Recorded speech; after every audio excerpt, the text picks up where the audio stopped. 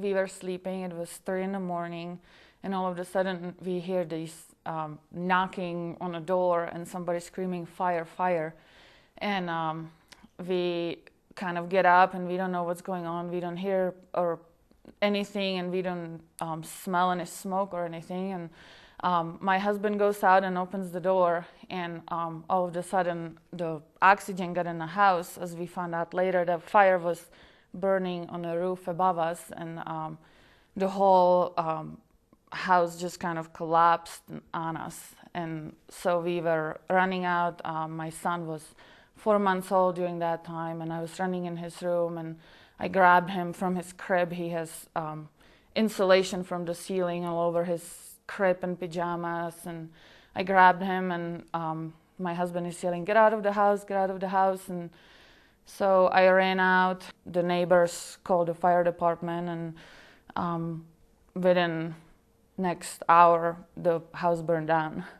We called the insurance company that night, and the agent showed up and just told us, "Don't worry about it," gave us money to go replace immediately what we needed, and just immediately put us up in a hotel, gave us a rental house, gave us everything, you know, that we needed, told us to keep receipts, and you know, he would pay for everything. And just him being there, knowing that this is gonna be okay, was huge. And you know, and they actually did everything that they say they are gonna do, they did at the end. So it was really, really helpful. The fire started in the attic, and it was there contained, so the fire alarms didn't pick it up, because you usually don't put fire alarms in the attic. So you know, when the fire started, we didn't know until the fire actually got in the house. The whole thing was burning above us. So that's one thing that we learn, and we always make sure that we put fire alarms in the attic now.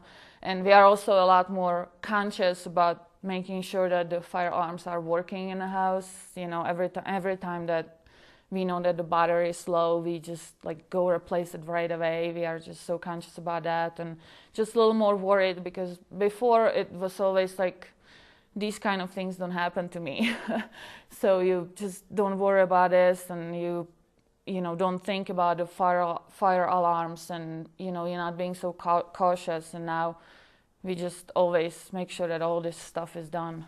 So one thing that I learned is, if you want something like this to be safe, don't leave it in the house, and just kind of leave it somewhere else. You know, we have pictures of our kids, and we send it to post parents, and you know, just keep it away from the house, because that's another thing that you want to have safe if something like this happens.